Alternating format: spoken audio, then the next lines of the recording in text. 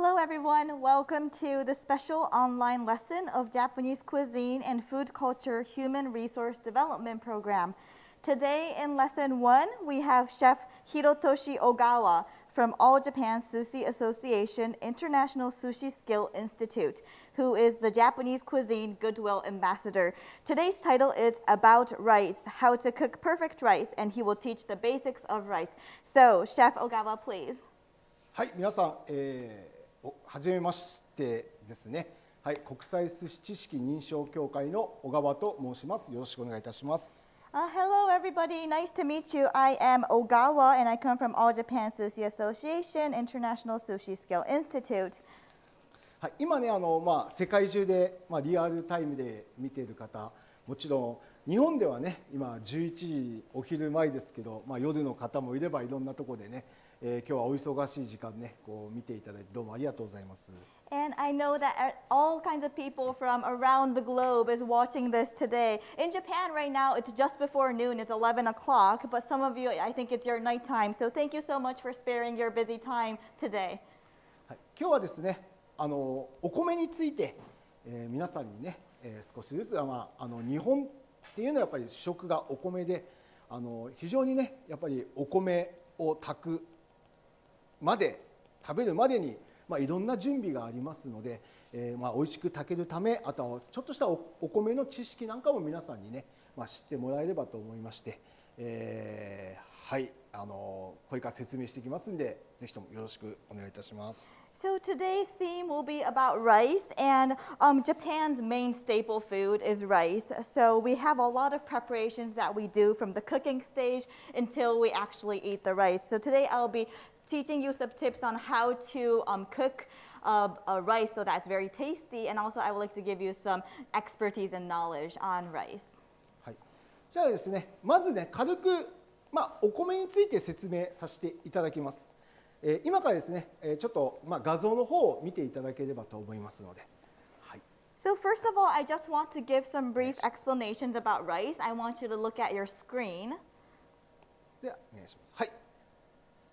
見えますかね。皆さん大丈夫ですかね。I hope you can see the screen. はい、はい、こちらがね、日本で、お米になりますね。これちょうどね、富士山が遠くに見えますかね。はい。So here is the Japanese typical rice, and I think in the background you can see Mount Fuji. 日本にお米が入ってきたのが、いろんな説があるんですけど、大体、紀元200年頃に、東南アジアの方から中国大陸を得て入ってきたと言われております。And how rice came into Japan, actually there are various stories, but it is said that it's around year 200 when it came to Japan from Southeast Asia through China. でこのね、日本のお米というのは下が水田で作られているんですね。And Japan, the Japanese rice, you can see that we have the water-filled paddy fields. ですから非常にでんぷん質また粘りが強くて非常に甘みのあるお米が取れます。Therefore, we are able to have rice that is filled with starch and strong stickiness. Also, it's very sweet. で基本的にこの稲っていうのは大きく分けて2種類日本ではあるんですね。And in terms of rice in Japan, we may have mainly two types of them. で一つは普通に食べる時のうるち米というお米、稲ですね。So the first one, we call it uruchimai. It's non-glutinous rice, and it's what we mainly normally consume. でもう一つがもち米といって、スティッキーライスなんていうんですかね。日本だとお餅っつって粘りのあるねスティッキーなお米があります。And the second type is called mochi gome. So mochi is the sticky rice. It means glutinous rice. で特にね、普通に一般的に食べるのはこのうるちという、稲で作られます。はい。And generally we eat the uruchimai or the non-glutinous rice. でそのうるちにもいろんな品種があるわけなんですよね。And even in uruchimai, there's a lot of types. 皆さんがよくご存知なのが有名だとコシヒカリとかね。あとは何ですかね、夢ピリカとか。一目惚れとか七つ星とかいっぱいあるわけですよ。はい。So maybe you know some of the types like koshihikari or yume pirika or hitomebore or nanatsuboshi, but not only that, there are various types. 基本的に日本だと大体ですけど、まあいっぱいあるんですけど、登録されているのが多分500種以上って言われてますかね。500種以上の品種があると言われております。In Japan, this is just a rough number, but it says that around 500 types are registered. そのくらいいっぱいあるわけなんですよ。はい。で、特にね、日本で3つ米の種類があるんですけども、一つはこの単乳米といってね、ジャポニカという品種になります。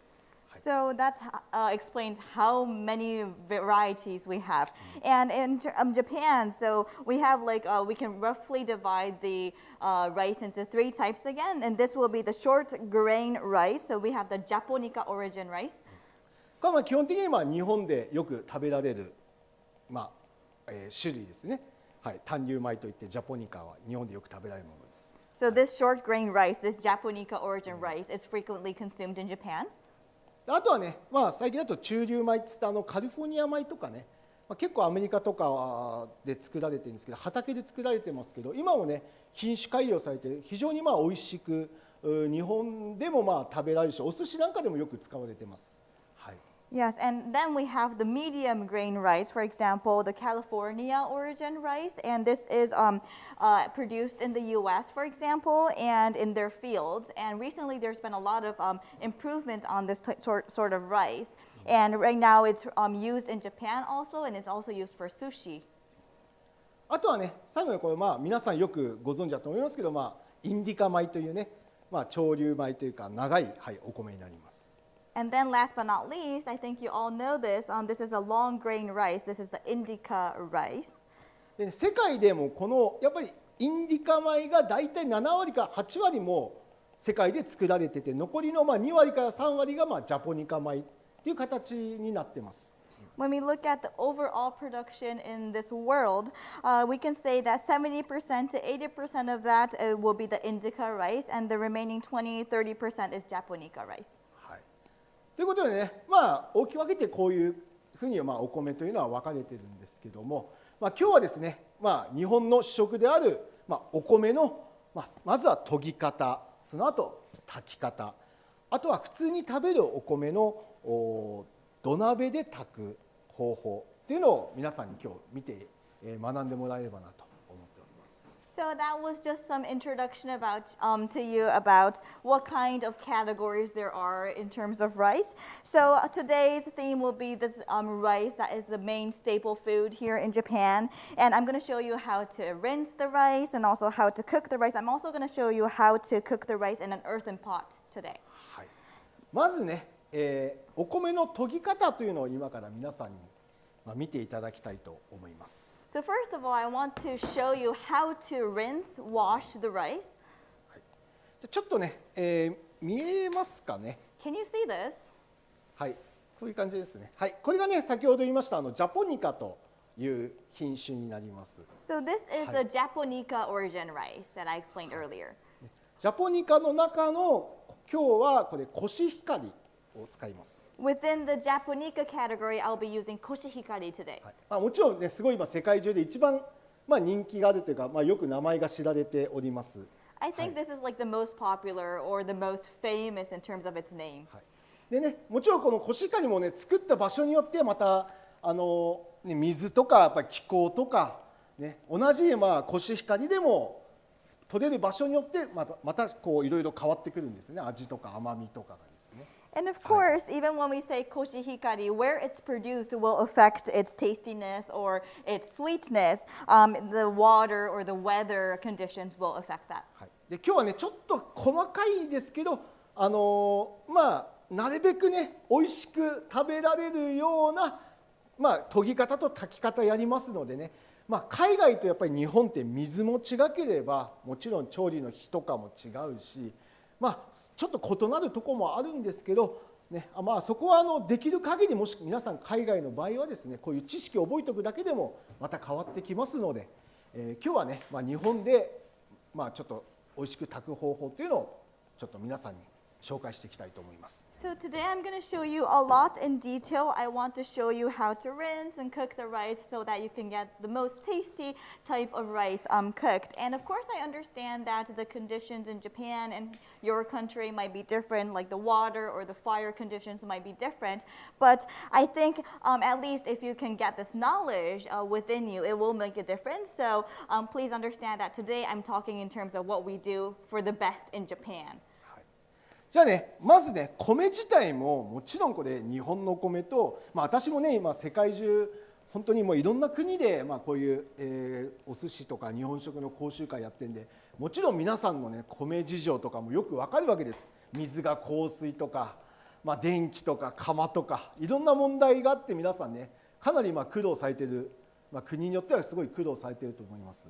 はい。Yes, and I know that there are so many differences here in Japan and your countries. I actually go to a lot of countries to give these sort of lectures on Japanese cuisine and sushi, so I totally understand your conditions. For example, you might have different water, hard water, you might have some electricity or cooker differences, so I do understand.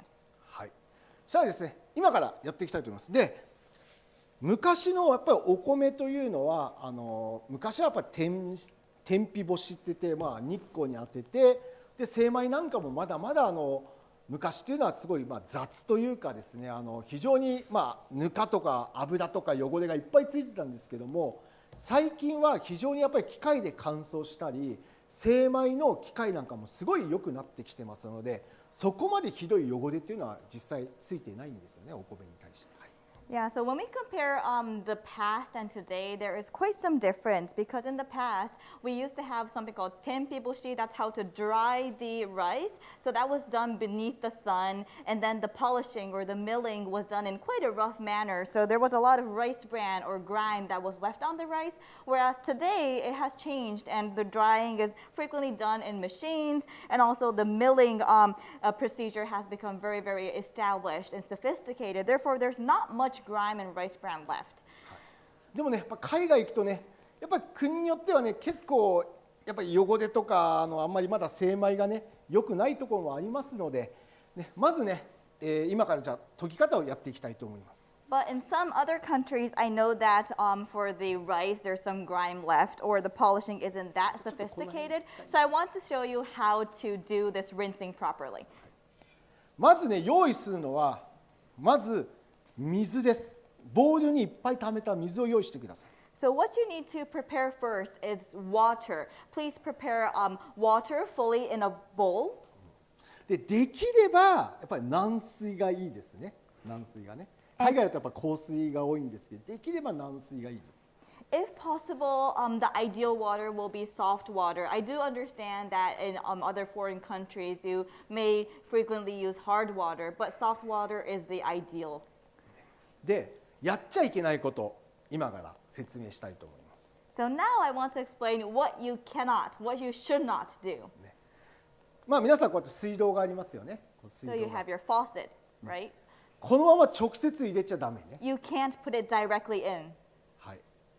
ですよ。必ずこのボウルを水いっぱいに溜めたものを使ってやっていきます。So please make sure to prepare a full bowl of water. はい、じゃあ今から最初の作業、これ一番重要な作業なので皆さんよく見てください。So this is the first step, but the most important step. So please take a look. じゃあ行きます。I'll start. 大丈夫ですかね。まずね、急いで水を入れる。So hurry and put water in. で、急いで混ぜる。And hurry and mix it. で、すぐざるにあげる。And instantly put it in a strainer. この作業が一番重要になります。This task is the most important. はい。なぜかというと、お米には最初のお米っていうのは非常にやっぱり汚れ、油、ぬか、あとやっぱりそのバクテリア菌とかがついてて非常にやっぱ汚いんですね。Why? Because in the initial rice, there's a lot of grime and oil and rice bran and bacteria. So it's there's a lot of grime there. それを最初に水を入れて、その水で研いでしまうと汚い水が米の中に吸収してしまうんです。So when you are not hurrying and you put it in the water and you mix it, actually the rice will absorb that water that has the filth in it. ですから最初のお米は急いで周りだけバーッときれいに洗ってすぐ流し込む、すぐざるで捨てる、ね、でこの後にまた新しく水を入れて、米を洗っていくっていうのが重要になってきます。So it is extremely important, at least in the first phase, to hurry and just wash and rinse first and instantly put it in the strainer. And then you will have another bowl ready with water in it, and then you will keep on rinsing. これをやるかやらないかで全然炊いた後にやっぱりお米の傷みとか味とかが変わってくるので、最初のお水は素早く捨てるっていうのを皆さんすごい重要なことなので、これからやってくださいね。お願いします。So whether you take this first step or not will really affect the state of the rice once it's cooked in terms of like the how much it is tasty. So therefore, please make sure to instantly discard the first water. はい、そしたらですね、今この状態、最初の水をすぐ切った状態で一回水を切りました。でそこから今度また水を入れていきます。So I have discarded the first water instantly, and I will put water in again. はい、でだいたい水の入れる量ちょっと多いな。はい、こう置いてちょっと斜めにしたらこうやって水が出るぐらい。こっちかな。So in terms of how much water you should put in, you should just put the bowl, and then when you put it diagonally, a sort of water is coming out. Can you see the screen? It looks like this. So this is the ideal amount of water. こうまっすぐ置いたときは見えない。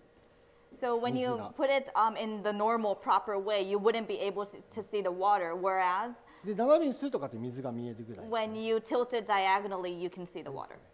はい。そしたら今からこの米を洗って、米と米をこう削いでですね、周りについているぬかとか油とかを取っていく作業をします。So next, I will go to the rinsing stage where the rice grain and the other rice grain is like grinded together to get rid of the oil and the rice bran. まず手で掴んで、So grasp it with your hands, こういう感じで。 like this. わかりますかね。あんまり強くやるとやっぱり米が割れてしまうし、昔のお米っていうのは非常にやっぱり天日干しで水分がなかったんでね、すごい強かったんですけど、最近はやっぱり機械で乾燥したりするんで非常に米がデリケートです、日本のお米は。ただ海外の畑で作ったお米っていうのはまだまだ硬いんで、それはやっぱりちょっと強めにやっていいんですけど、日本のお米っていうのはすごい今、割りやすいので優しくねこう洗ってきます。And when you do this too strongly, the rice grain will crack. So please be careful.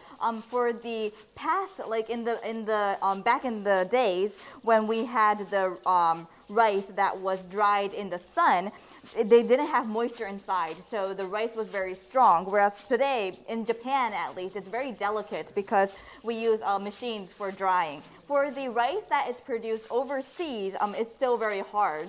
So there you can strongly do this, but in Japan it's quite delicate. Be careful. で大体1分ぐらい研いだらですね、1回水を変えていきます。So you'll do this for around 1 minute, and then you will replace the water. で1回手でいいんでね、こう水を。So using your hands is okay, like this. そしたらね、またちょっと水を入れて。And then put in a little bit more water.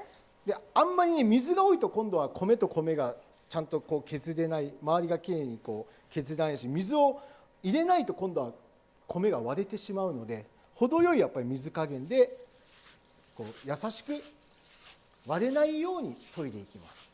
And if you put too much water in, the rice grains will not grind together. Therefore, the grinds and the rice bran wouldn't be taken off. Whereas if you don't put so much water, then the grains, will crack. So you have to get the best balance and figure that out. And be careful not to crack it. Just softly, gently do this. でまたね1分ぐらい研いだら、もう一回水を入れて、あとはですね。水を入れて、取り替える作業になります。So you do that again for around a minute, and then you put some water in again. You do the same thing here, replacing. ここでまあ何回か水を入れて、 So here you'll put in water multiple times. ありがとうございます。それでもしですね、これがこのまま白いご飯を炊く前提であれば、多少濁っててもいいです。 So if you are willing to cook just white rice, then it can be a bit opaque like this. ちょっと映してもらって It can be.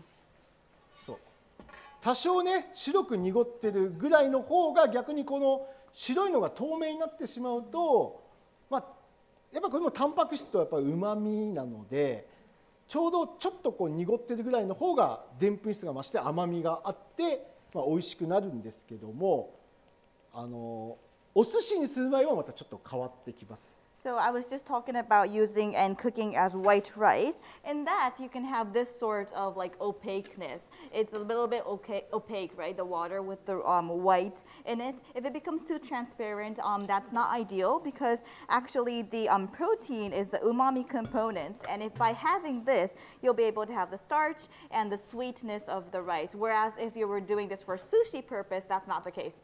はい、ただねお寿司をする場合はもう一回さらによく混ぜてですね何回もすすいでやっぱりこれが透明になるまで変えていきます。 If you're doing this for sushi purpose, then you keep on repeating this procedure until the water becomes transparent.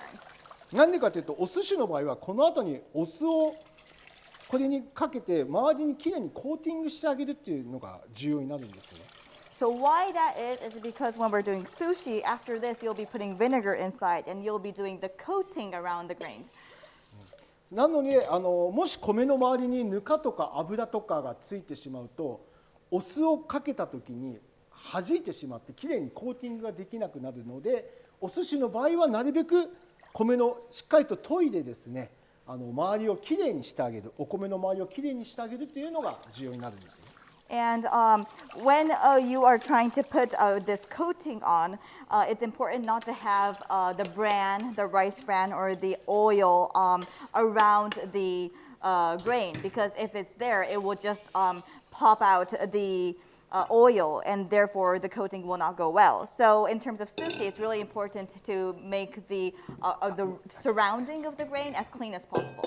はいね、でこれはこうやって透明になったらこれはもうお寿司の時はこうやってきれいに透明になるまで水を変えて周りをきれいに米の周りをきれいに取ってあげるということになります。 So you can see here now the water is transparent. This is for sushi purpose. So please keep on doing this procedure until the water becomes transparent like this to get rid of the grime around the surrounding. それでね、基本的にはもしですね海外のお米とかでやっぱり炊いて一回はまず炊かないといけないんですけど硬い場合炊いてもなんかちょっとボソボソして硬いなっていう場合は、まあ、水につけてなるべく長く水につけるっていうのが重要になるんですね。日本だとだいたい夏場で30分から1時間で冬場だと1時間から2時間ぐらい、水につけるなり、ざるにあげて置いといてあげることによって米の中に水が吸収して炊き上がった時に芯まできれいにふんわりと炊き上がるんです。だからそこですぐにもう釜にかけないで一回まず置くっていうのが大事なんですね。And in some foreign countries, rice, of course, you have to try this out and you have to cook and see what happens. But if you see that after you cook the rice and the rice is a bit too hard, what you need to do, and in Japan we also do this as well, you need to soak the rice in the water for as long as possible. Here in Japan, when it's summertime, the ideal time for that would be 30 minutes to 1 hour. And in the wintertime, it'll be 1 hour to 2 hours so that you soak the rice in the water, or you put it on a strainer and keep it there so that the rice grains will absorb the water and therefore it will be cooked softly until the core. だいたい30分置いとくと 80% ぐらい米の中に水が染み込むって言われてるんですよ。It is said that if you soak this for 30 minutes, then 80% of the rice will absorb water.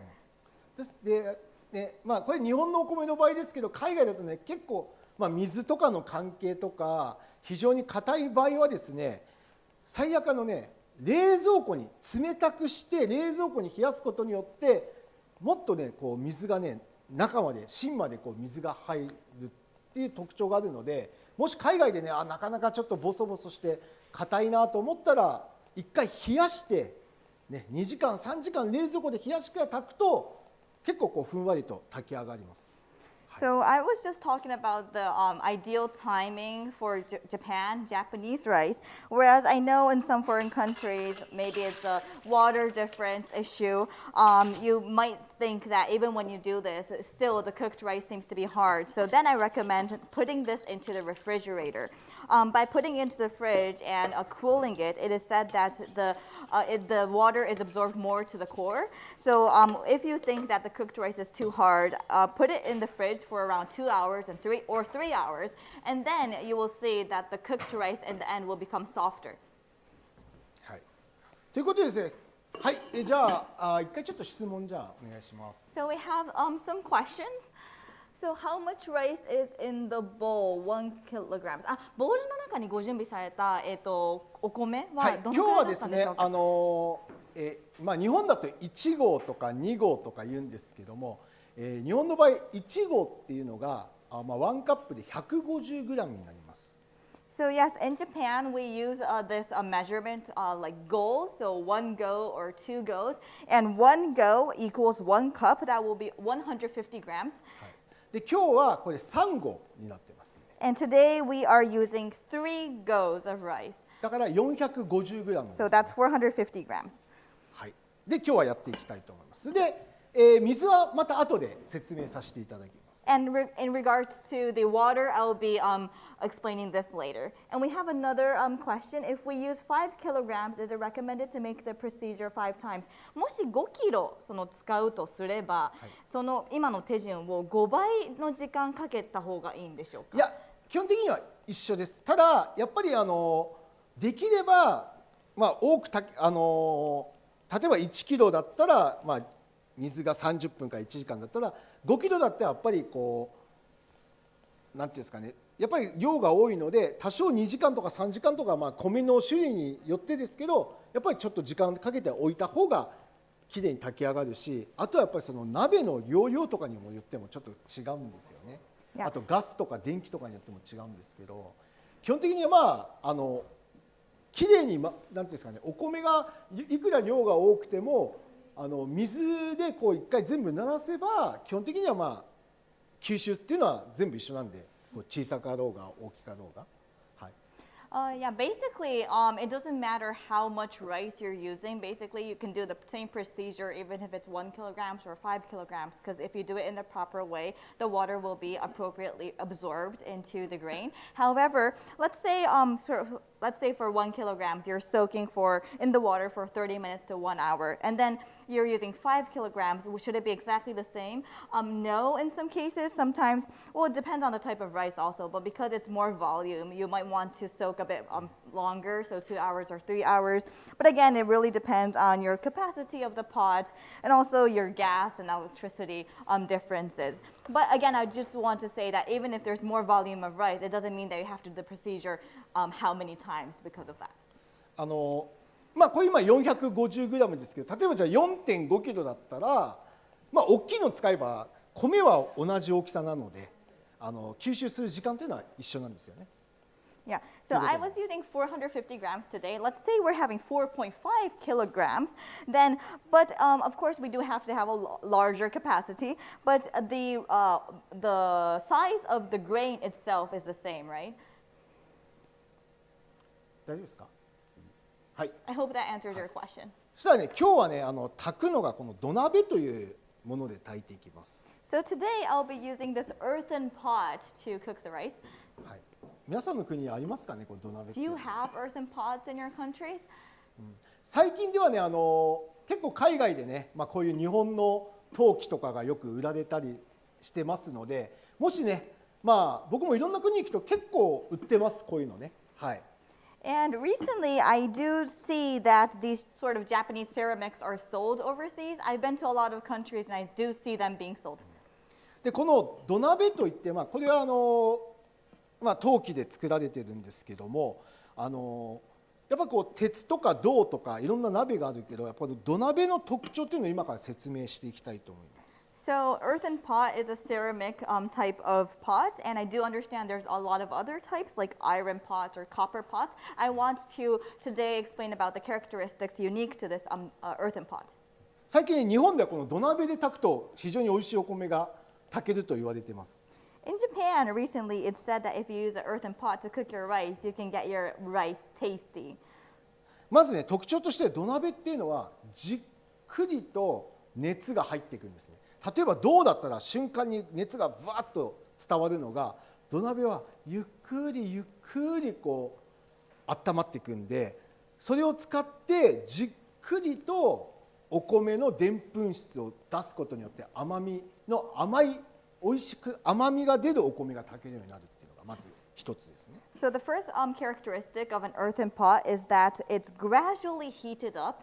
So the conduction is very going on gradually. Whereas if you compare it to an copper pot, the heat conduction goes instantly. So that's a major difference. So bit by bit it heats up, and because of that, the starch is gradually output, and as a result, you can have a sweet, tasty rice cooked.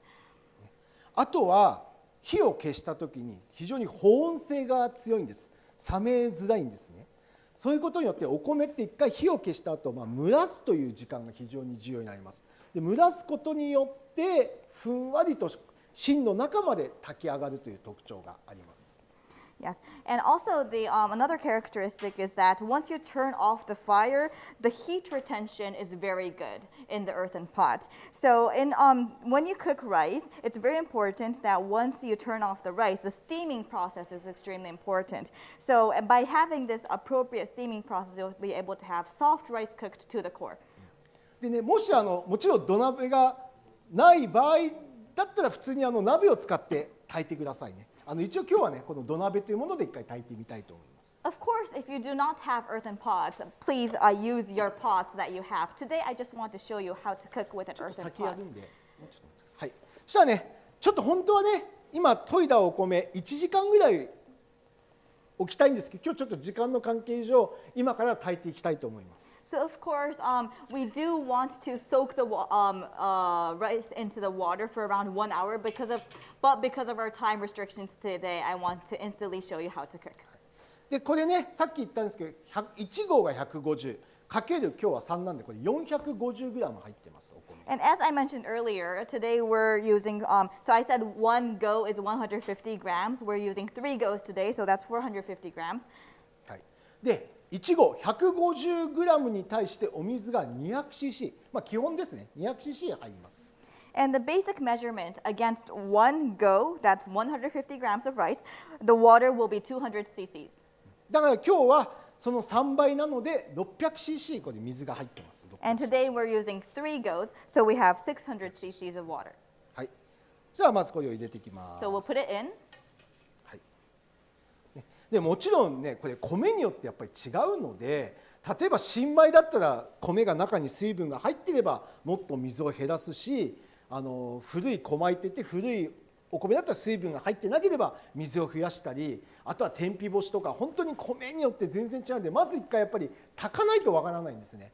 本当お米ってさっきも言ったけどいろんな種類があるので、まず炊いて皆さんが炊いて硬いなと思ったら水を増やせばいいし、柔らかいなと思ったら水を減らせばいいし、ただ今のこの水の分量っていうのはあくまでも基本ということだけを皆さんしといてください。But please understand that the measurement that I introduced to you right now is just the basic. So you would want to maybe adjust that according to the type of rice that you're cooking. If it's new rice, it would have a lot of water absorbed in the grain, so you might want to lessen the amount of water you're using. If it's like old rice on the other hand, or if you're using the sun dried rice, you might want to add a bit more water. So you do have to cook, or else you wouldn't be able to understand. So please cook first, and if you think it's too hard, you can increase the amount of water you're using. Whereas if you think it's too soft, you can decrease the amount that you're using. So an adjustment is needed. でね、もちろん日本はね、軟水なんですけど、もし海外でね、できればやっぱり軟水、この炊くときには軟水を使って炊くという意味ですね。はい。And in Japan, we use soft water. In some of your countries, you might not be using soft water, but I do recommend when you're cooking rice to use this soft water.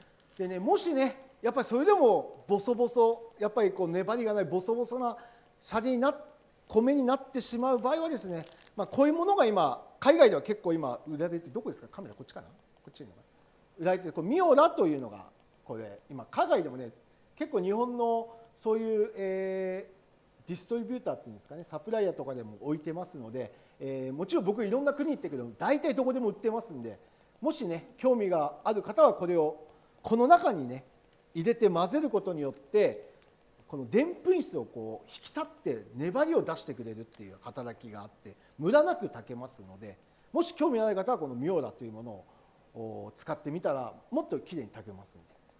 And even when you do so, when you think that your cooked rice is a bit too dry, you can find this product. It's called Miola.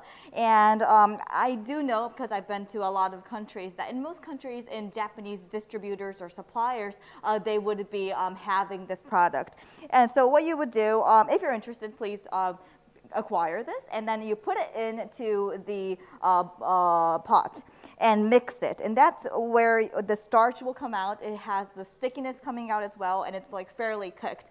So if you are interested, please take a look at your distributors. はいね、アルファ化するんですね、こうでんぷん質はね。So this helps the gelatinization. はい。ということでね、今入りました。そしたら今から炊いていくんですけども、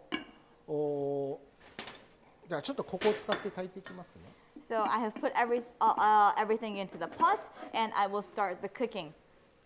じゃあ今から火です。で、火はですね、強火の中火からよりも若干強火で炊いていきます。In terms of the adjustment of the fire, it would be in between the medium to strong fire, but it's more on the strong side. 目安としてはだいたい10分ぐらい経って沸騰するぐらい。So the adjustment of the fire would be you would want the water to boil in around 10 minutes. そのくらいの目安での火加減で10分ぐらいで沸騰するぐらいの火加減で炊いてください。So please adjust your fire so that it boils up in around 10 minutes. 結構これちょっと火弱いんでこっち変えますね。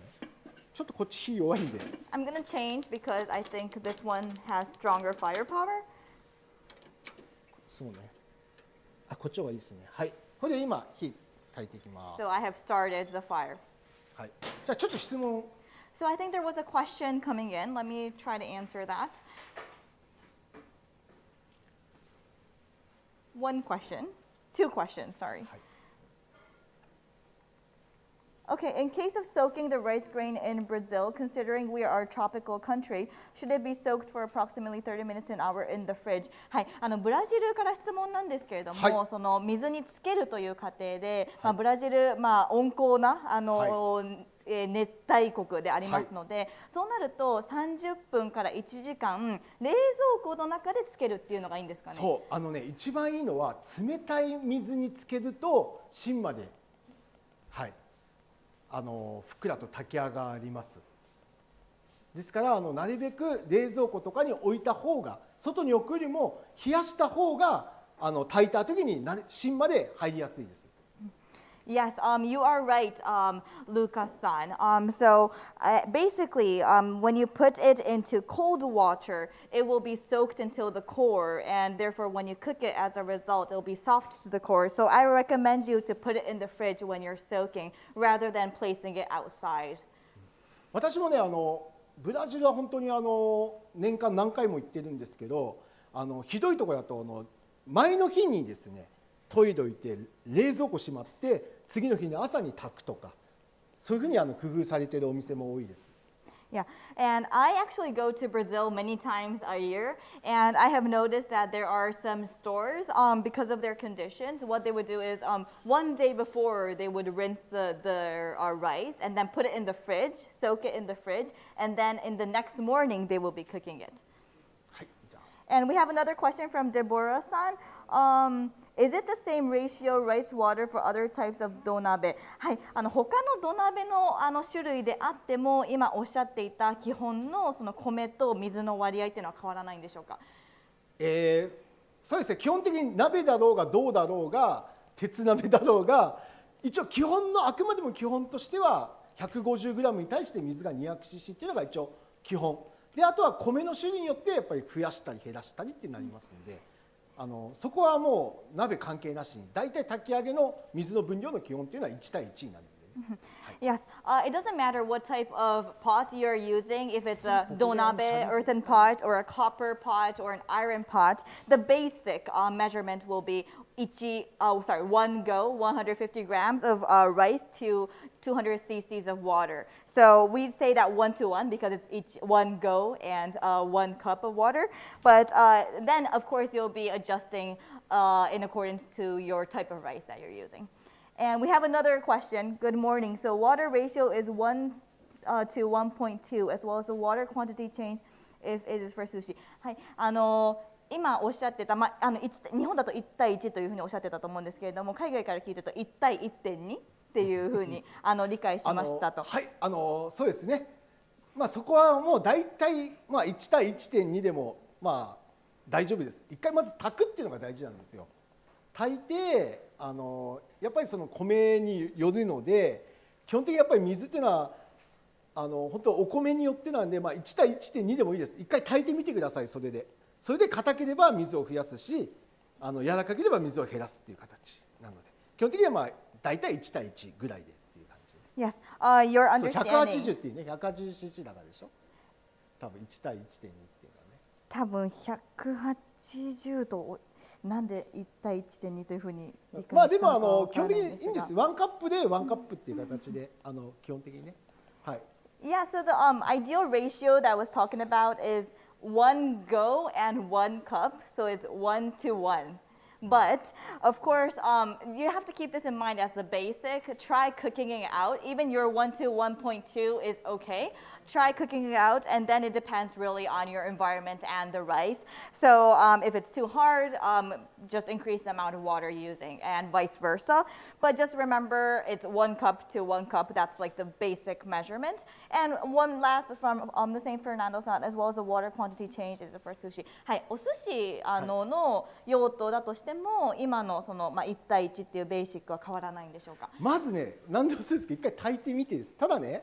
お寿司の場合はその後お酢をかけるので若干やっぱり水は少なくはなるんですけども、基本的にまず1回炊いてみてください。その皆さんが使われているお米に対してね、1回1対1で炊いて、それで若干お寿司の場合はちょっと硬いぐらいにするんで、ちょっとこう水を抜く店もあるんですけど、あとは好みなんですよ。やっぱり柔らかいシャリが好きな店もあれば硬い店が好きな店もあるので、何ですか、スパゲッティだとアルデンテが好きとかはあるんで、本当これは好みになりますんで、はい。Yeah. Again, please just try cooking and finding your best adjustment and your best measurement. In terms of sushi, because we're putting vinegar inside the rice afterwards, it is true that we are lessening a little bit, decreasing the amount of water we use. But please try with 1-to-1 first and then try it out. But in some stores, they like it hard. They like their shari hard, so they would decrease the amount of water, whereas some other stores like it soft. You know, for pasta, people sometimes like al dente, right? So it's like that. It really is your preference. Please try it out. ただね、ちょっと寿司屋の場合はやっぱり減らすっていうお店が多いと思いますけど、好みですね。But I do think there are more sushi shops, sushi stores that decrease a little bit the amount of water. But again, it's your preference. そしたらね、今からシャリ酢をちょっと作っていきます。So next, I want to create sharizu, that's shari vinegar. 今日ちょっと炊き上がったシャリでね、寿司飯を作るので、ちょっとそれもやっていきたいと思います。So So because today we're going to use the じゃあ、 cooked こっち。 shari to create the sushi rice, so I want to do this. でこの合わせ酢は本当に店によって本当にこれ違うんですけど、これはあくまでも私のオリジナルの分量なんで、参考までに皆さんに今から教えます。And the measurement that I'm going to talk about right now is really different according to each store. So this will be my original measurement, original recipe. So just take it as reference, please. まずね、お酢が 100cc、 First of all, vinegar 100 cc's, 砂糖が 70g、 sugar 70 grams, で塩が 15g、 and salt 15 grams. でこの今若干ちょっと火を弱火にして入れて溶かしていきます。 And the fire is on already, but it's quite weak. And then you would start to dissolve it. で今ちょっとこっちの方が沸騰しました。 And here, the earthen pot has boiled. で沸騰したらちょっとあんまり沸騰したらちょっと火を弱めましょう。ね、 So once it boils, weaken the fire, please. で今でね8分で沸騰したんで、本当はもうちょっと火を弱めた方がいいかもしれない。 And I 大 was 体10分ぐらい沸 measuring, 騰する。 it took 8 minutes to boil today, but the ideal is 10 minutes. So I should have had a weaker fire. 大丈夫ですね。このままちょっとでなるべく蓋はね取らないでこのままグツグツね。で沸騰したらもうしょうがないんで、弱火にしてください。 So I don't want to take the lid off. Place the lid. Don't take it off as much as possible. And once it boils, just adjust your fire so that it weakens. ちょっと同時進行でやっていきます So I'm ので。 going to do this in parallel, okay? 時間上ちょっとご Because 了 of 承くだ time さい。 restrictions. Sorry. はい、今砂糖入れてで塩が15g で I すね。 put sugar already in, and I'm now putting salt inside. はい、でもちろんこれあくまでも今日は少量ちょっとしか使ってないんですけど、皆さんお店やられてるとこは業務用なんで、1リットルでもいいし10リットルでやってもそこはお店によってやってください。 Of course, today this is for introduction purpose, so I'm using only small amounts of vinegar and sugar and salt. But in your stores, I think you're going to have more. So maybe it's 1 liters or 10 liters. That's okay. でこれでもう沸騰しないで、ただよく砂糖と塩が溶けたらもう火を止めて置いておきます。 So you don't have to boil this. Once the sugar and salt dissolves well, you can turn off the fire. はいね、でこれよく溶かしたら置いておく。でもちろん砂糖はねできれば上白糖ですかね。上白糖ってわかるかな。 So in terms of the sugar, I'm using the white sugar. Let me はい say that. 今ねちょうどこっちごめんなさい、ちょっと時間戻して、今10分経ったんで10分経ちましたお米の So 方が。 10 minutes have passed for the boiling. はい、そしたら弱火にして大体また10分ぐらい弱火にして炊いていきます。 And again, I will adjust this to weaker fire and another 10 minutes. And the sugar was superfine sugar or castor sugar. でね、海外だとあんまり上白糖売ってなくて、日本のそういうお店だと売ってるんですけど、売ってない場合はグラニュー糖でも大丈夫です。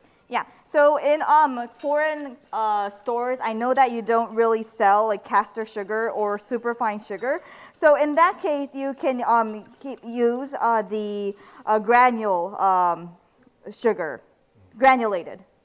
ただね、グラニュー糖だとちょっと甘みが弱いので、多少もうちょっと強く入れた方がいいですね。 But in terms of granulated sugar or soft sugar, I know that the sweetness is not enough, so you should put a bit more in.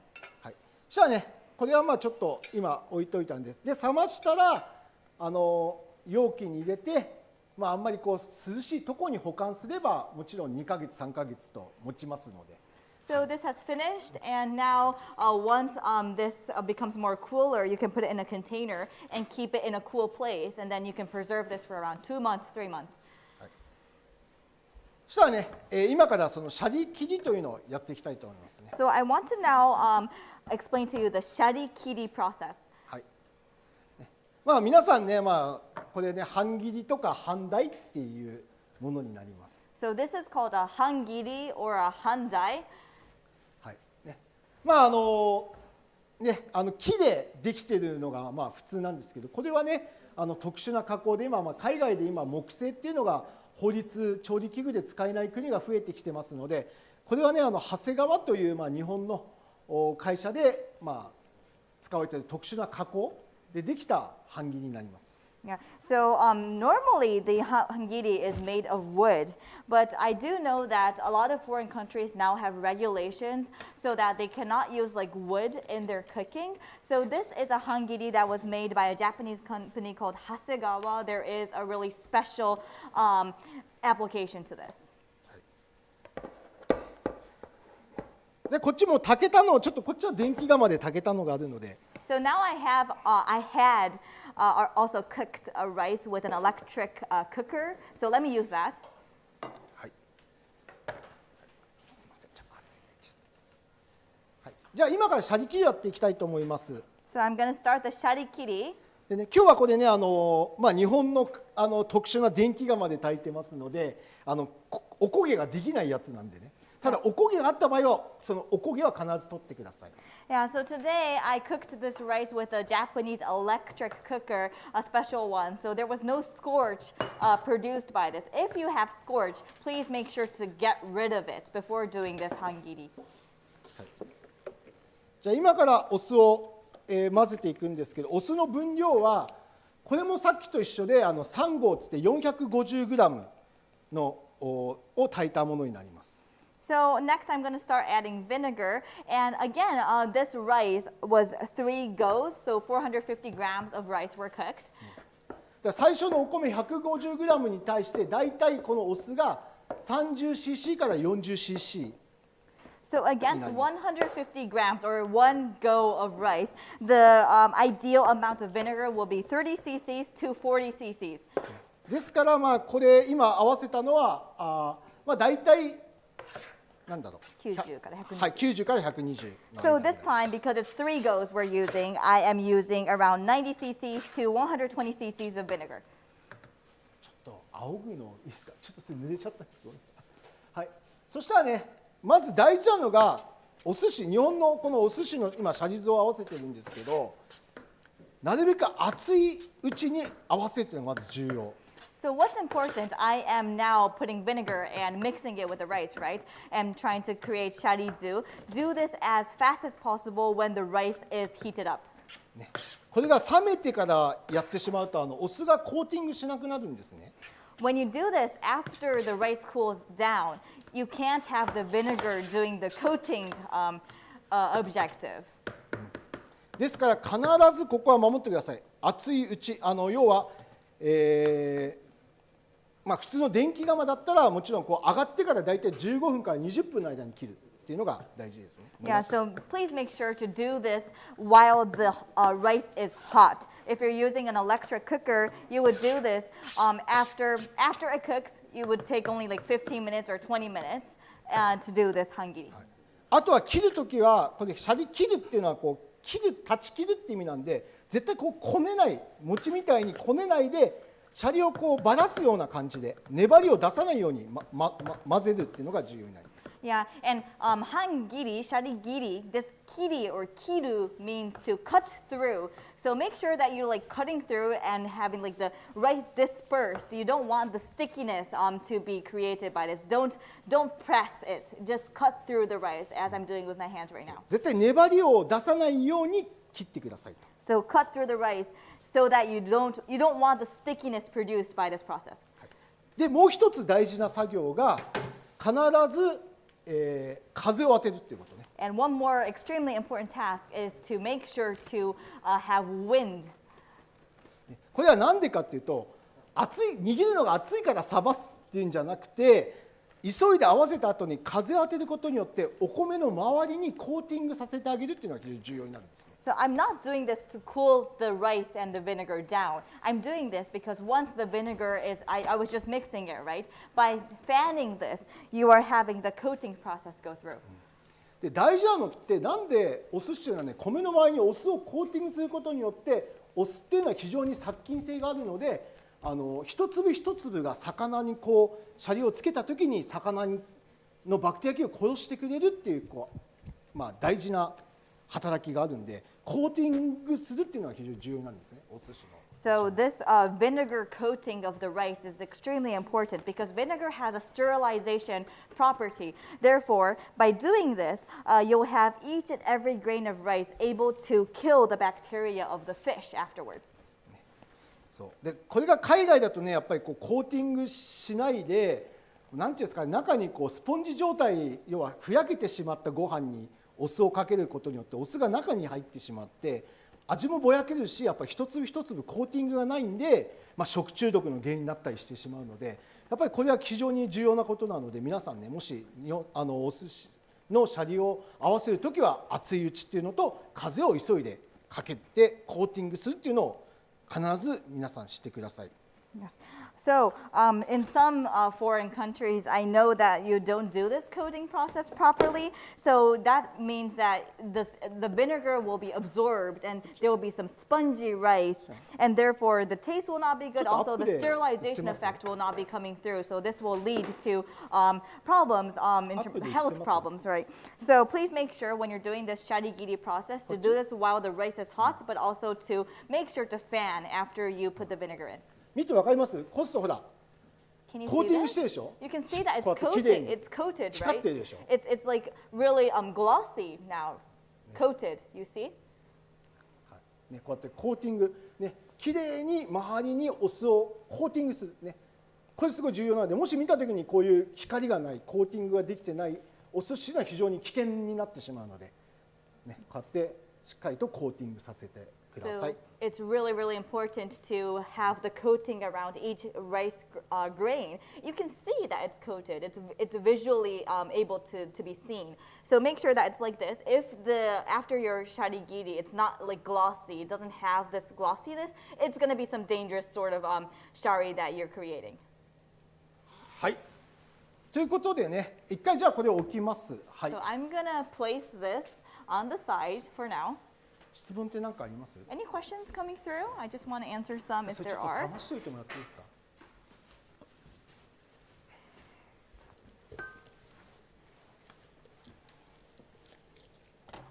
From Sean Chu-san, after cooking the rice, there are times where the cooked rice turns slightly yellow. Is there a way to avoid this? Will the issue be also in its cooking process or the washing process? はい、たまにですね、お米を炊いた後に、お米がちょっとこう黄色くなってしまうことが私あるんですけれども、これを回避する方法ってあるんでしょうか？その原因って炊いてるプロセスの中にあるのか、それとも研いでるプロセスの中にあるのか、どっちにあるんでしょうか？一つはまずはやっぱり米の種類で、中にはその精米とか古い米とか、あとはやっぱりその精米がきれいにされてないっていうのがまず一つの原因で、もう一つがちゃんと研げてない、きれいにしっかりと研いでない。3つ目がやっぱり水、硬水とかそういうのでやっぱりこう水が良くなかったりっていうのが原因になります。はい。Yeah, I think there are 3 factors behind this. So first of all, this might be because of your rice type that you are using. Maybe it's old rice that you're using, or maybe the milling or the polishing process is not so sophisticated. Therefore, it turns yellow when you cook it. Or maybe it's your rinsing process factor, or you might not be rinsing to the extent that you need to be rinsing. And the third factor would be maybe your water. It might be hard water you're using, which is not that appropriate or that ideal for this cooking. So that might be resulting in the yellowness of the rice afterwards. いずれのどれかね、米が原因か、その研ぐことが原因か、水が原因かになります。So it's one of the 3 factors. It's either the rice type or the rinsing process or the water. はい、次の質問です。from Peter さん。Is rice from different season can vary the amount of water to cook? はい、異なる季節で生産された米があると思うんですけれども、それによってその炊く時の水の量って変わってくるんでしょうか？はい、ね、日本だとやっぱりそのちょうど今終わって11月ぐらいに新米ができるんですね、新しいお米が。もちろん新米っていうのは水が多く含んでます。そういう取れたてのお米っていうのはやっぱり水が含んでるので水を少なくやっぱりする。で逆に1年経った古い米っていうのはやっぱり水分が抜けてくるので水を多くするとか、ね、それはやっぱり国によってその新米とかその時のものにはやっぱり水分が多く含んでいるんで、それで水加減っていうのはやっぱり変えてきますね。Yes, we do change the amount of water used in terms of like when the season is. So here in Japan, the rice season is just ending, and in November we will be getting new rice coming in. So this new rice, of course, because it's new, it has a lot of moisture inside the rice grains. So therefore, we will be adjusting to decrease the amount of water that we use. Whereas if right now, like it's already about a year, right? So after the harvesting, so it means that there's not much moisture inside. Therefore, we will be increasing the amount of water that we use. Another question from Juliet-san. Would it be acceptable to do the vinegar, sugar, salt dissolution in the microwave gently? はい、お酢と、砂糖、塩を混ぜるっていうのを、鍋でやっていたと思うんですけれども、はい、これを、電子レンジで優しく行うっていうのはありなんでしょうか？まあ沸騰させないっていうのは、要はお酢ってやっぱり沸騰させると酸が飛んでしまうので、なんでこれ温めるかっていうとやっぱり溶けやすくするためなんですよ。塩とかね。だからもし溶けるんであれば別に火つけないでそのまま混ぜたっていいんですね。時間かければ。だからまあ程よく温めるっていう面では別に電子レンジでもいいですけど、ただ業務用の場合ね、やっぱり普通だったら20リットルとか30リットルやるところもあるので、まあいいんじゃないですか。チンチンに温めなければね、沸騰しない程度だったら。Yeah, actually, using a microwave is okay, but make sure that you don't boil it, because once vinegar is boiled, it means the acidity is going to go away, and that's not ideal. So I use this pot today, but the important thing why I heated it up was to have the dissolving of the sugar and the salt easier to do. So if you can dissolve the sugar and the salt, even you don't have to use fire. Oh, but I think in your stores, maybe the quantity you're using is like a lot, 20 liters or maybe 30 liters. In that case, well, if you have the capacity, yes, using a microwave, but making sure not to boil it can be done. And another question from Deborah-san. We should not uncover the donabe lid if I have understood correctly. How do we know exactly when it's boiling? Should we lower the fire when it's steaming like now or when it's full steaming like before? はい、土鍋の蓋をなるべく取らないようにという話だったと思うんですけれども、はい、いつその沸騰したっていうのがじゃあわかるでしょうか？さっきちょっと見てないけど、外にグツグツグツってこう泡が出たのをもしあったら後で録画で見てください。横からプシューって出たのは沸騰している証拠なんで、その時に弱火に変えるというので大丈夫ですか？でもできればその10分はなるべく強火でやってもらいたいんですね。だから10分で沸騰するような火加減でやってもらいたいんです。Yes. So maybe you saw this on the camera, but when the donabe boils up, you can see that the foams are coming out. So literally, you'll be able to see that it has boiled up. And then you'll be switching the firepower to weak fire. But the ideal is to have the pot be boiled for 10 minutes at stronger heat, stronger fire. So you would have to adjust your firepower so that you get that exact 10 minutes. And then you will be switching to weaker fire after that. We have another question from Peter-san. Should we cover the rice after mixing or keep it open? どの工程のことなんでしょう。半切りの時、シャレ切りの時に、はい、終わって、そのコーティングが終わった後なんですけれども、はい、その後覆った方がいいんでしょうか、それともそのままにしておいていいんでしょうか？いや、基本的にはやっぱりなるべくその日本の場合は常温でお客様に出すですね。はい。ですからやっぱりあんまり冷たくなってしまうとやっぱりこう糖分が低下して甘みがなくなってしまうので、ある程度保温を保ったらやっぱり上からかぶせて保温するのが大事ですね、本当は。Yes. To answer your question, in Japan, it's important for us to serve our customers in like normal temperature. So that balance of temperature is very important. If it cools down too much, the sweetness will go away, and that's not ideal. So it's ideal after some time, after the heat retention, to cover the rice so that you can have that normal heat retention temperature. あとは、Sammy-san, how to know if the rice has passed or become obsolete after mixing with vinegar, and we'll need to replace it with another batch of rice for sushi. After mixing with vinegar, another batch of. はい、お寿司のそのシャリですね。はい、で、そのお酢と混ぜた後に、これはもう使えないなっていう、はい、米だというのはどういうふうにこう認識するんでしょうか。で、他の米のバッジとじゃあ取り替えなきゃっていうことを判断すると思うんですけれども。基本的には、まあ1日日本でやっぱり基本的にはもう1日で余ったらもう使いません、お寿司には。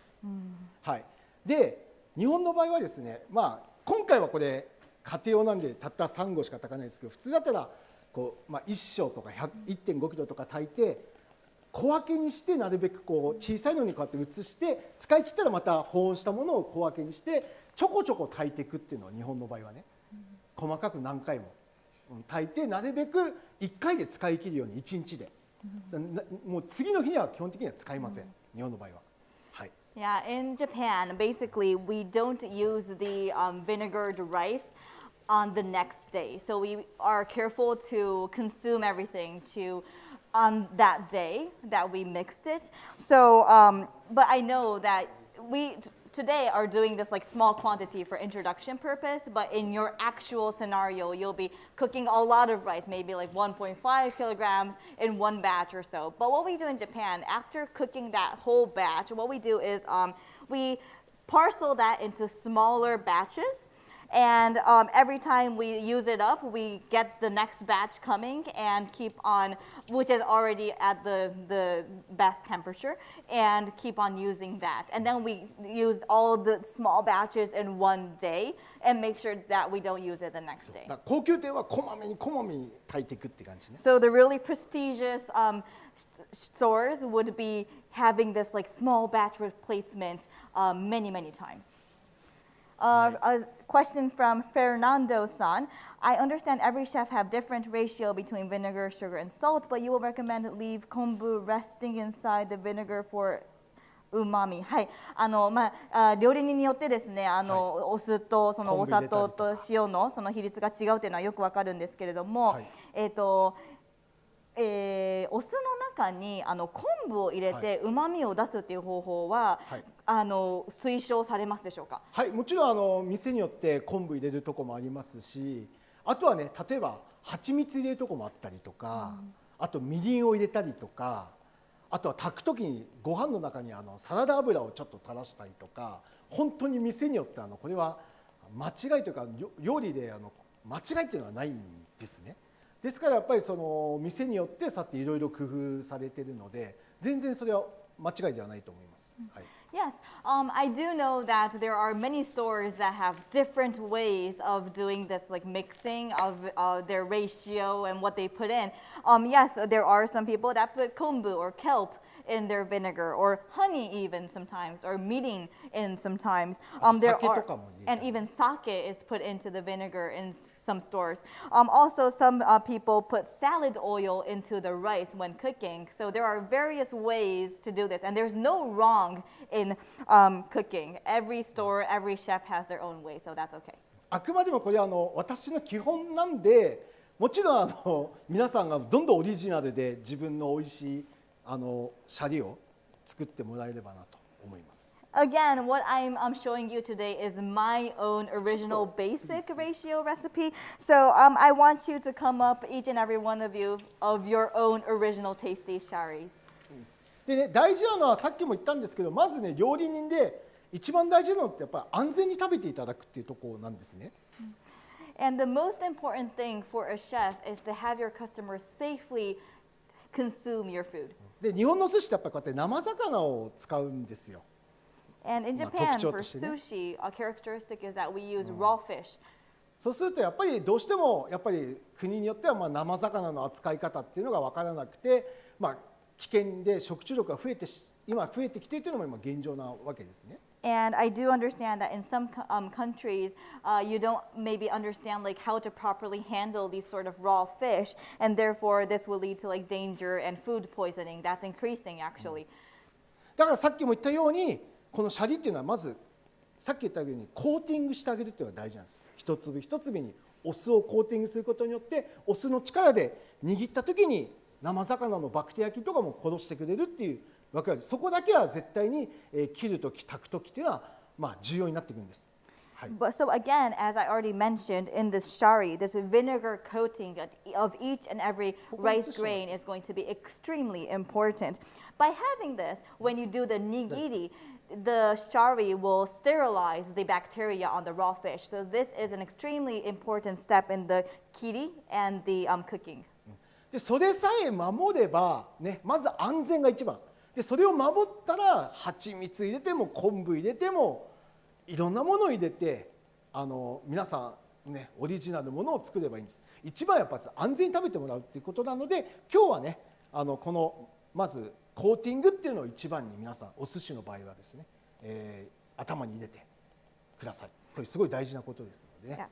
So as I said, number one priority is safety. So if you do this vinegar coating, then you'll be able to ensure that. And then you can go on to the next step about thinking if you put honey inside or kombu inside, that's your original recipes.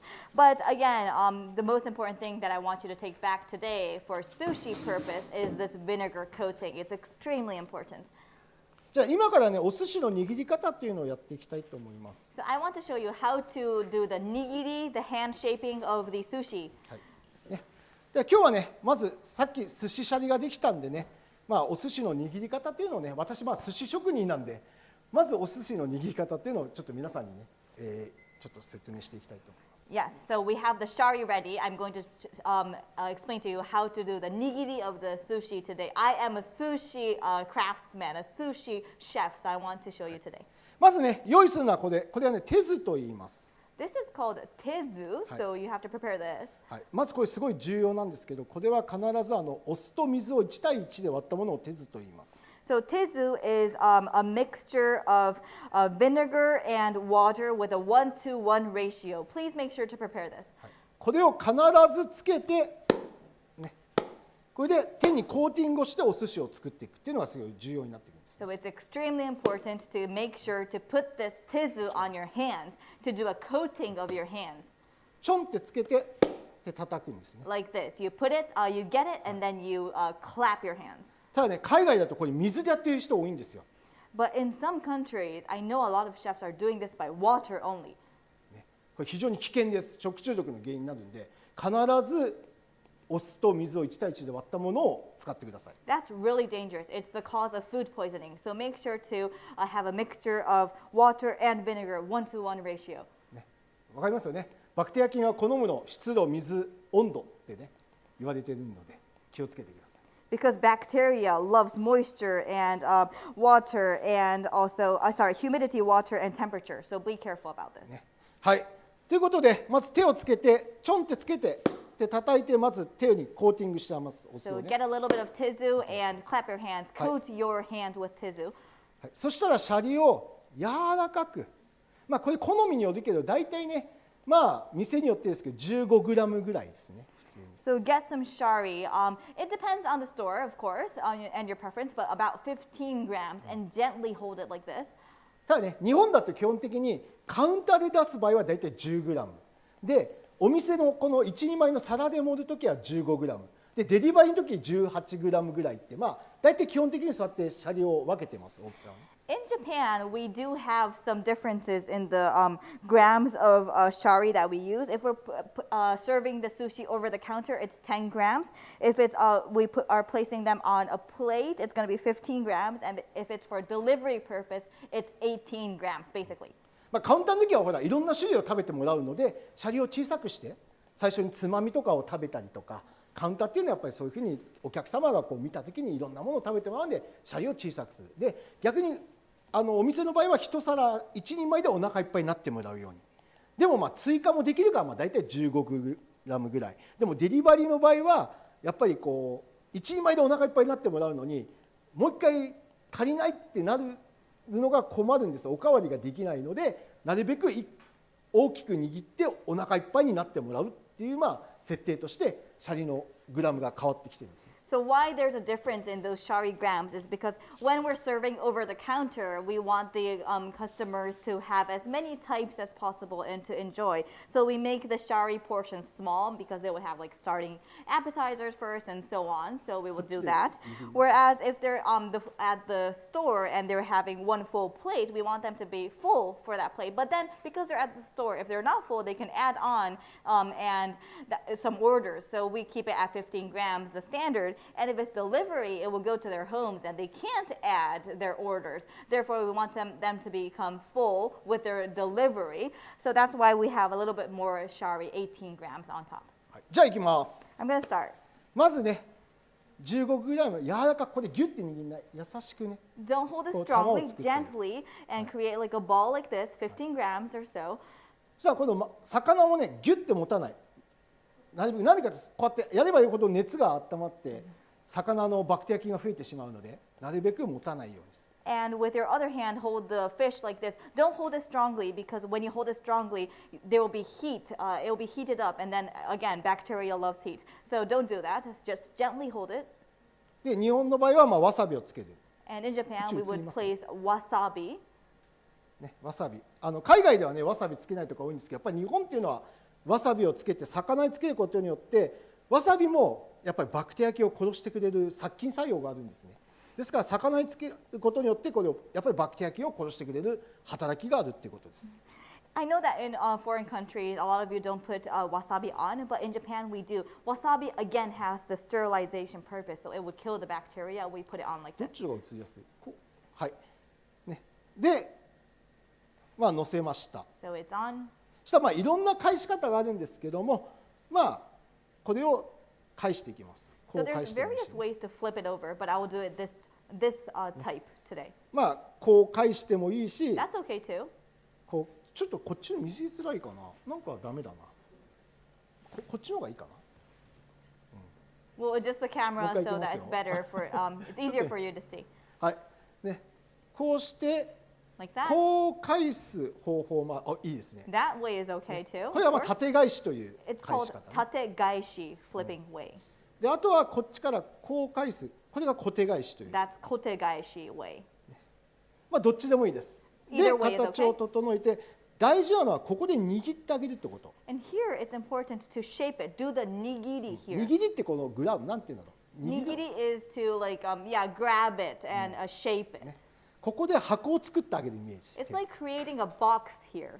で右手は押すんじゃなくて軽くこう支えるイメージね。 And your right hand is not pressing, it's gently supporting. であとは返してまたここで箱を作って You 蓋を flip it 閉めてあげ again, る。 create a box こっちはいい again, ですね。それ and 素晴 put ら a しい。 lid on it like that. でこういう感じで握って So いき there ま it す。 is. もう一回いきますよ。 I'm going to do it again. ね、まずつけて Put it on でここで軽くですね。 gently, gently. はい。でネタ。 And your もうちょっ fish と is 全 here. 体的に下げてもらっていいですか。はい、ありがとうございます。そしたらシャリにわさびをつけたら乗せ Wasabi る。 is put on, and here it is. でもしねここでできるんだったらちょっと親指で押してこうやって空気を入れてあげるという And if you can, press a little with your thumb and put in some air. で返してあげて Flip it over, で柔らかく握ってあげる。 gently do this. はい。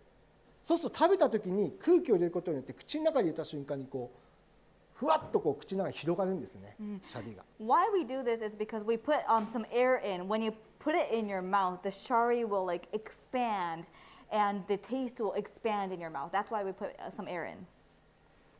押して空気を入れて返 So してあ press a げ little る。 bit, put で some ここ air で in it, flip it over. 箱を作ってあ And げ here we're て creating a box で形を回しながら and 整 turn える。 around and just shape it in the good form. でこれを早くやっぱり生魚なんでなるべく早く握っていきます。 So we're handling raw fish, so do this as fast as possible. やっぱりずっと持ってれば持ってるほど魚っていうのは手の温度であったかくなるんでなるべく早く握ってあげるっていうのが重要なんですね。 So the more you hold the fish, the hotter, heated up it becomes. So do this as fast as possible. 早く握った。で握り方もいっぱいあってね、いろんな、これが縦返しという握り方。That was tategaishi that I just did. How to do the nigiri, there's many types of ways. でこれが今度は小手返し、ね。This is kotegaishi I'm going to do. これは小手返しという。I just did kotegaishi. で次は伝統的な本手返しという握り方。And then we have the traditional hontegaishi way. こういう握り方も。It's like this. もちろん何の握り方でもいいです。大事なのはやっぱ早く空気を入れながら丁寧に握っていくっていうのが重要になる。It doesn't matter which nigiri method you use. The important thing is to do this as fast as possible. Put some air in.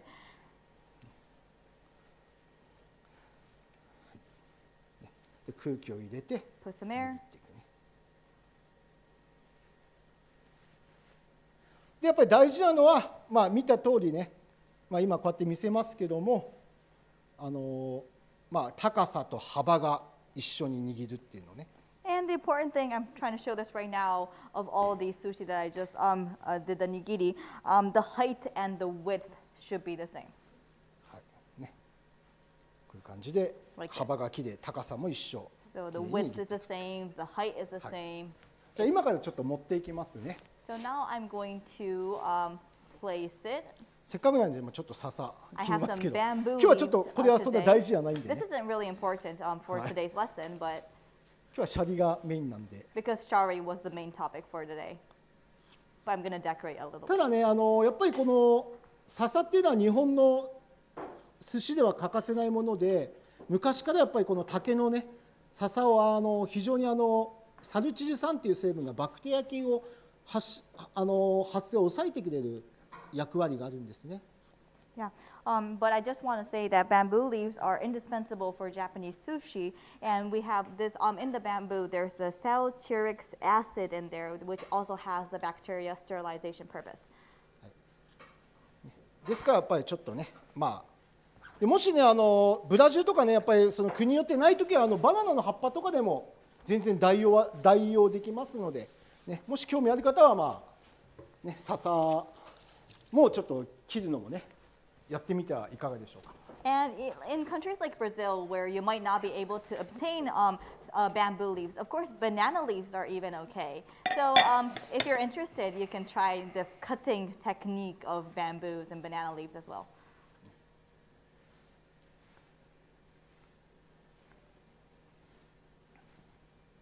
今日はちょっとマグロ米がメインですので、今日はちょっとマグロだけになってしまいますけども。 So today's lecture's topic is rice. So I'm just gonna create sushi, tuna, maguro sushi. 笹もこういうふうにね、今日は重ね切りっつってこう重ねて切ってますんでね。 So today I did this bamboo cutting technique. It's called kasanegiri, which basically there was an overlap of bamboo leaves and I cut them.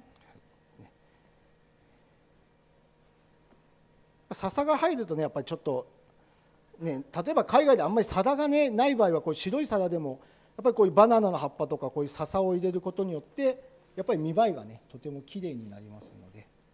Yeah, this bamboo leaf, once you put it in, and like it's just a really simple white plate that I'm using today. But with this bamboo or the banana leaf, you can see that it's very decorative now, こんな感じ。 like this. はい。これがね今日は握りという形でね言ったのはやっぱりコーティングするっていうのが非常に重要になります。 So I have explained a little bit on the nigiri process today, but again, the coating is extremely important. じゃあ次がですね、さっき土鍋のお米を使ってちょっとおにぎりを作ってみたいと思います。 So next, I want to create some onigiris, rice balls, using the rice cooked in the earthen donabe pot. はい。じゃあおさらいします。 So review. まず、今日はねこれ 450g のお米炊きました。 Today we cooked 450 grams of rice, で水は 600cc ですね。 and the water was 600 cc's. はい。要は 150g で 200cc のお水になります。 So against 150 grams of rice, it's 200 cc's of water. はい。で本当はそのお米を研いだら30分から1時間置くことによってお米の中に水分を入れることによってふんわりと一粒一粒が炊けるようになるんですね。And the ideal way is that once you finish that initial rinsing process, you would soak it for 30 minutes to 1 hour so that the rice grains will absorb the water. As a result, you'll have soft to the core rice cooked. はい、で、まず炊く方法としては中火よりも強火でだいたい10分ぐらいで沸騰するぐらいの火加減で炊いていきます。And when you're cooking, first of all, you would have it in between the middle to strong fire, but on the strong fire side, but you want it to boil up in 10 minutes. So you would adjust the fire according to that. まあ、ブツブツしてね、煙がバーって出て、横からこう泡がブツブツ出てきたのが沸騰している証拠になるんでね。鍋でも一緒です、普通の。Once it's boiled, you will come to know because a lot of flame is coming up and also there's a lot of foam is coming out. And it happened today as well. This doesn't matter if it's a donabe, but other iron pots or copper pots as well. はい、で、その後に弱火にして10分。And then you'll turn the fire to weak fire and then another 10 minutes. はい、で、蒸らしで15分。And steaming 15 minutes. はいね、今ちょっと15分ちょっと過ぎちゃいましたけど、一応そんな感じで今やりましたこれね、さっきと言って。Yes, so today it went a little over 15 minutes for the steaming, but anyways, I did the full process. はい、じゃあ今これ開けました。見てちょっとアップで見れます？ So I just opened the lid. ちょっと明かりがあった方がいいか I な。 want you to take a look at the cooked こっちの rice. 方がいいですかね。ちょっとね、明かりがここ暗いんですけど、艶が出てこう一粒一粒立ったのが。It's really glossy, and each and every grain of rice is like standing up. Can you see it? 近くでもう超アップでいいですか。米が立ってるでしょ、一粒一粒。Each and every grain is standing up. You see, right? ね、艶があって。It's glossy. これがね、土鍋の力なんですよ。This is the capability of the donabe. ね、はい、一粒一粒艶が出て、米が立ってるっていうね。Each and every grain of rice is glossy and is standing up. はいね、じゃあちょっとこれをね、で炊き上がったらこうやってね、きれいにこうやって混ぜてあげる。And once it's cooked, you can do this mixing process. でまあもちろんおこげなんかもあるんで、おこげはねおこげでまあ後で美味しく食べてもいいんですけど。And we do have some scorches here. Again, we can utilize, and it's very tasty, so you can have it afterwards.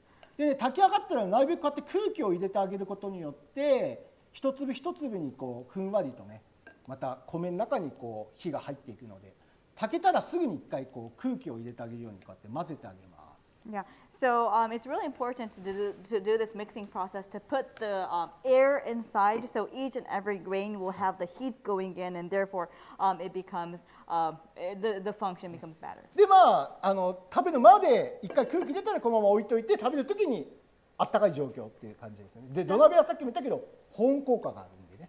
Yeah. So once you finish that mixing process, you can put the lid on again. So as I said, the donabe has the insulation or the heat retention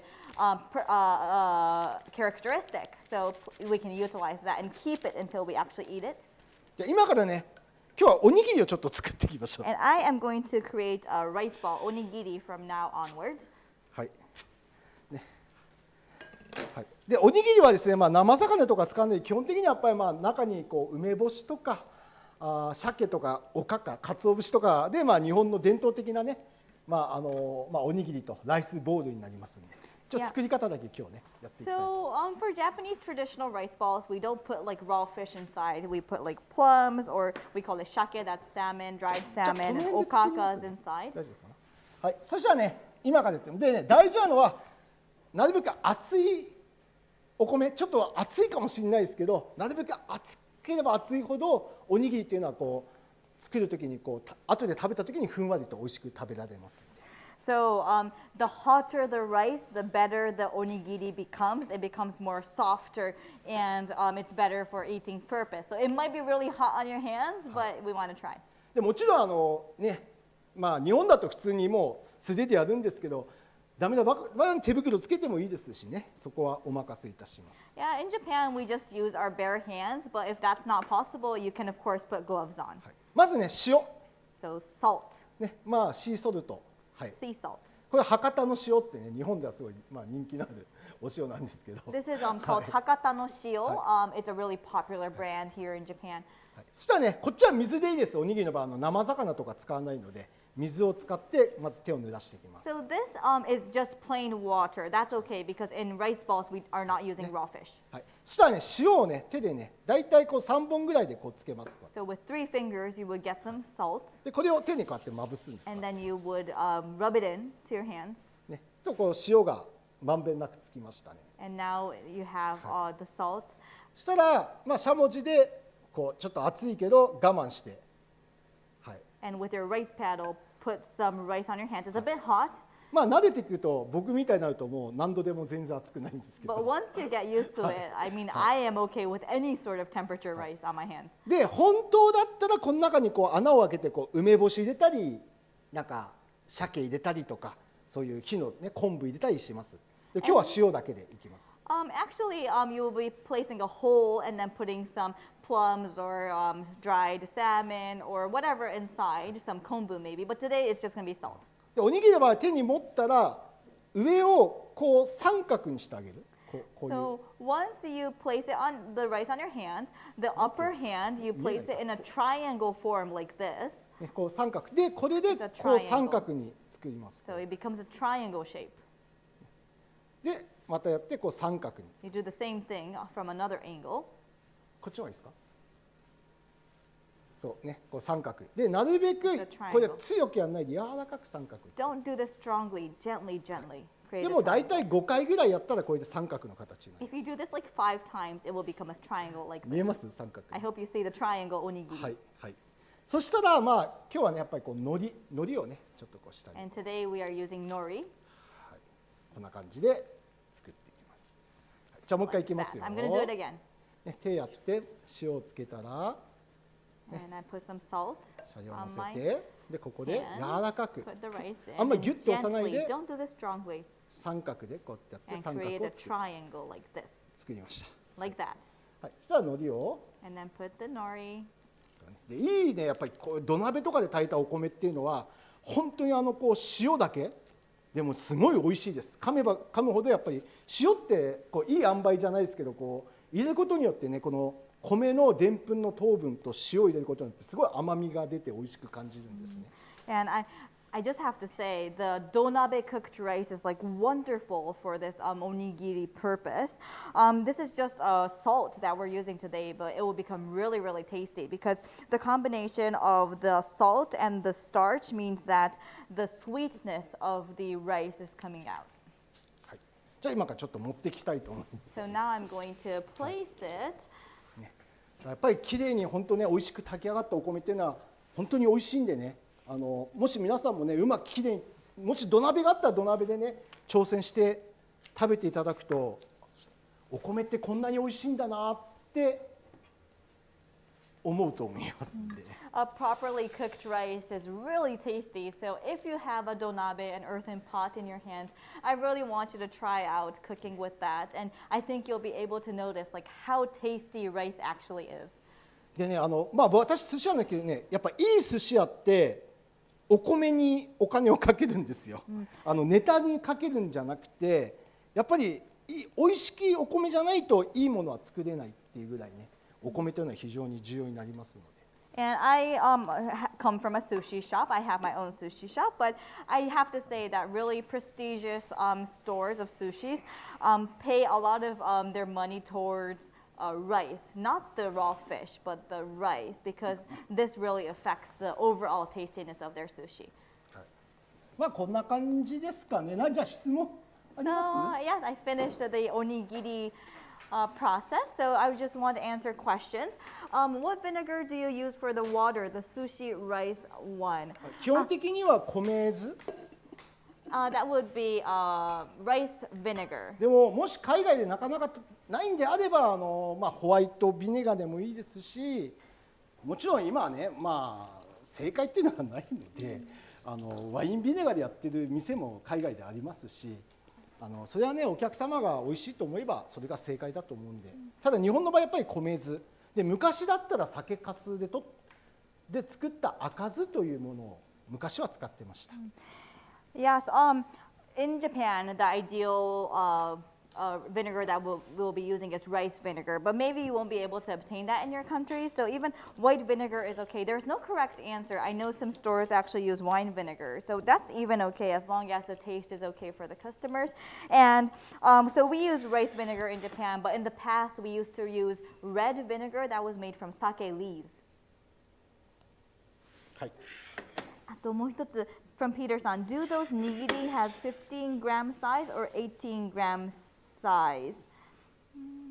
今日の握りは 15g のサイズ。15g でやりました。Yeah, today's nigiri we made that with 15 grams of shari. でネタはだいたいこれで 15g、ネタも 15g ぐらいで今日切りました。And the fish on top is around 15 grams as well for で today. シャリも 15g。 And the shari was 15 grams too. We covered all the questions. Thank you. もう大丈夫です。はい。はい。ではね、まあ少しでも参考になればいいと思いますので、ね、大事なのはやっぱり安全に食べていただくということをね、特にお寿司の場合はね、しっかりとコーティングしてあげる。そうするとね、味もすごい美味しいですし、安全に美味しく食べられるということ。あとは手酢ですね。はい。でおにぎりはまあ今日言ったようにこのもし土鍋があるんであれば土鍋でチャレンジしてください。でももちろん普通の鍋でも美味しく炊けますのでね、ぜひとも皆さんチャレンジしてやってみてください。本当今日はね、1時間半皆さんね本当お忙しいとこどうもありがとうございました。Yes, so this marks the end of my introduction and my lecture to you today. I hope that what I told you is of reference to you. The most important thing again is to have your food consumed by your customers safely. And so in terms of sushi, the coating process is extremely important. It affects the safety and also it's very tasty by having that vinegar coating. And the tezu that I mentioned is also extremely important. For the onigiri, the rice ball, if you have a donabe or an earthen pot, please challenge towards using that to cook your rice. Even if you don't have it, it's okay. You can use your other pots that you have. I hope that it became a good lecture to you. Thank you so much for bearing with me for a long time. And this marks the end of my lecture. Thank you. Okay, thank you. Have a nice day. Thank you.